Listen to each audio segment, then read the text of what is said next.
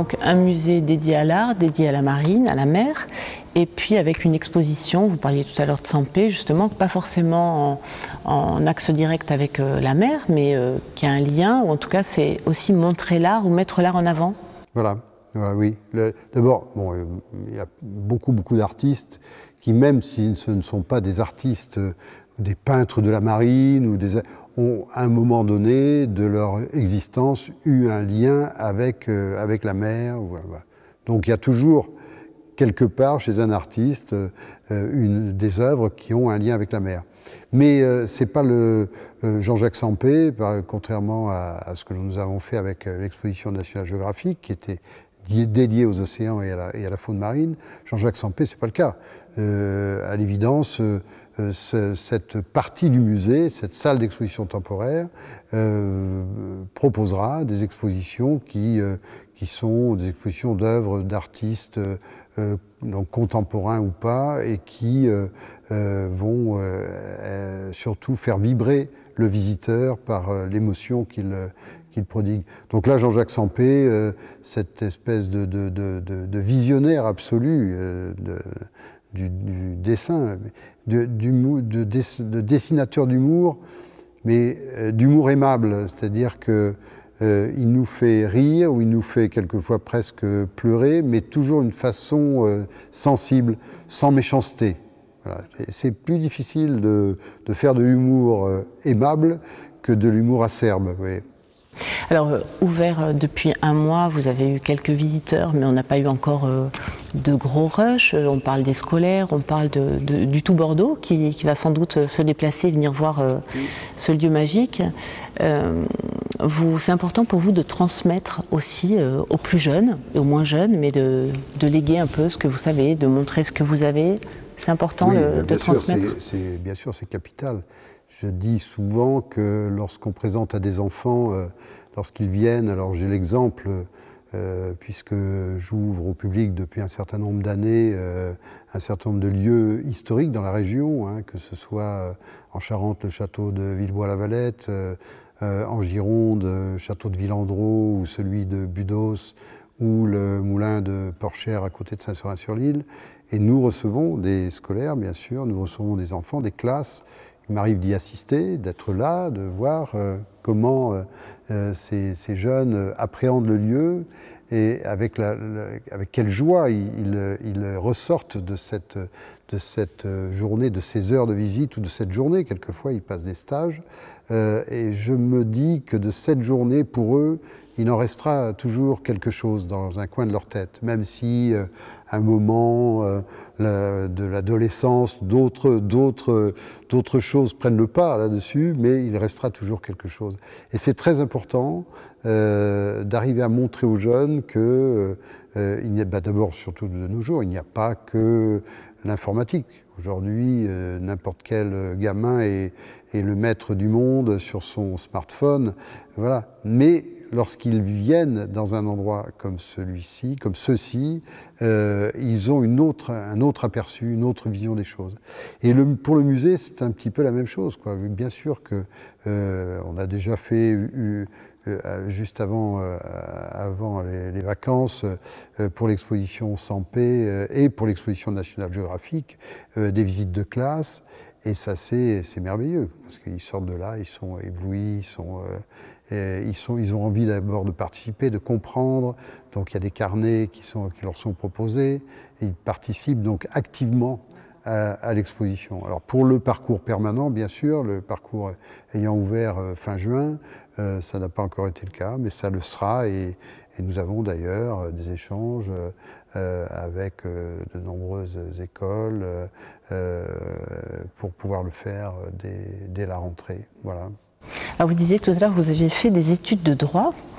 On s'étonne aussi un peu en se disant, mais pourquoi pas une fac d'histoire ou de l'archéologie? Ça a dû vous interpeller aussi, j'imagine. Oui, ah ben, vous savez, il y a toujours les passions. L'archéologie, oui, j'ai initié sur le château de Villebois en particulier 9 années de fouilles archéologiques programmées, puisque ce sont tous des lieux qui sont classés monuments historiques.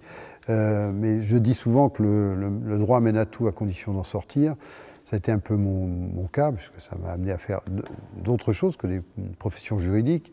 Mais aussi, vous savez qu'en faisant du droit, on fait des études d'histoire parallèlement. Bon, puis je me suis toujours intéressé à l'histoire, je suis allé un peu à la fac de lettres. Voilà. Donc, les choses sont souvent imbriquées. Vous voyez, donc, on va dans les directions, c'est ce que je disais tout à l'heure, qui nous intéressent. Et quand on prend plaisir à faire les choses, on les fait, on s'enrichit, quoi. Et on apprend tout le temps, à tout âge. On apprend, voilà, aujourd'hui j'aurais encore appris certaines choses et demain encore d'autres. Et alors justement d'investir ou de miser ou de préserver, enfin je ne sais pas comment vous voyez la chose, mais tous ces châteaux que vous possédez, mais vous laissez aussi, je crois, en accès libre, enfin je ne sais pas comment on pourrait le qualifier, mais à des associations. Oui, c'est-à-dire que ce sont des lieux, je dis souvent que ce sont des lieux publics portés par un privé. Voilà, ça veut dire quoi? Ça veut dire que moi, je ne joue pas les châtelains, hein, je n'y habite pas. Je parle souvent de châteaux orphelins parce qu'ils intéressent peu de monde, ce ne sont pas des châteaux résidentiels, donc je ne m'en sers pas. Je les laisse à disposition gratuite des associations locales qui, elles, les exploitent, les animent, font un vrai travail j'allais dire, de relations et de mise à disposition.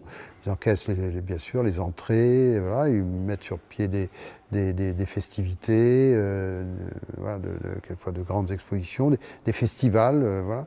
Et ils animent ces lieux. Ces lieux ont d'ailleurs une toute autre vigueur. Moi, quand j'y vais et que je vois ces endroits remplis de monde, ça me comble de plaisir, parce que ce ne sont pas des lieux destinés à être repliés sur eux-mêmes et à être confisqués, entre guillemets, par un propriétaire. Alors bon, voilà, c'est comme ça. Ça me fait plaisir de les mettre à disposition du public. Voilà.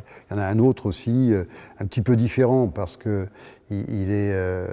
a été beaucoup plus modifié et surtout il est utilisé pour essayer de trouver un équilibre économique malgré tout, parce que de temps en temps il faut bien y arriver. C'est le château du Prince-Noir à côté du pont d'Aquitaine, mais que je laisse aussi ouvert à l'office de tourisme qui vient faire visiter le parc régulièrement. Mais les autres sont vraiment totalement utilisés par les 3 associations qui s'en occupent. D'accord.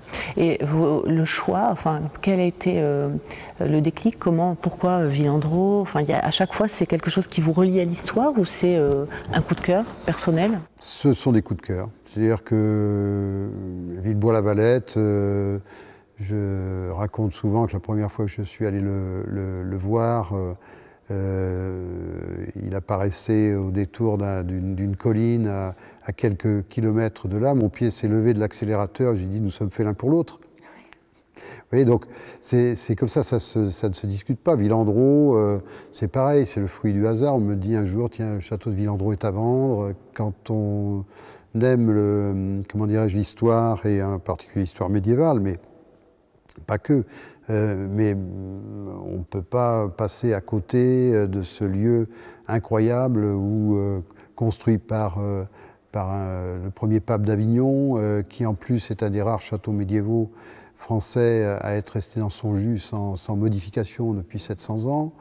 Villebois-la-Valette avec son histoire aussi incroyable du fils de Richard Cœur de Lion qui en devient propriétaire, de Jean-Louis Nogaret de la Valette, le duc d'Épernon qui en est le propriétaire aussi, voilà, et dans le courant du XXe siècle d'un acteur de théâtre qui va en être aussi propriétaire. Enfin, il y a tout ce qui va avec le lieu. C'est-à-dire qu'il y a les pierres, mais il y a aussi l'histoire. C'est important et ça donne tout d'un coup une autre dimension, une autre image. C'est la fin de la deuxième partie avec Norbert Fradin. On se retrouve la semaine prochaine pour la dernière partie.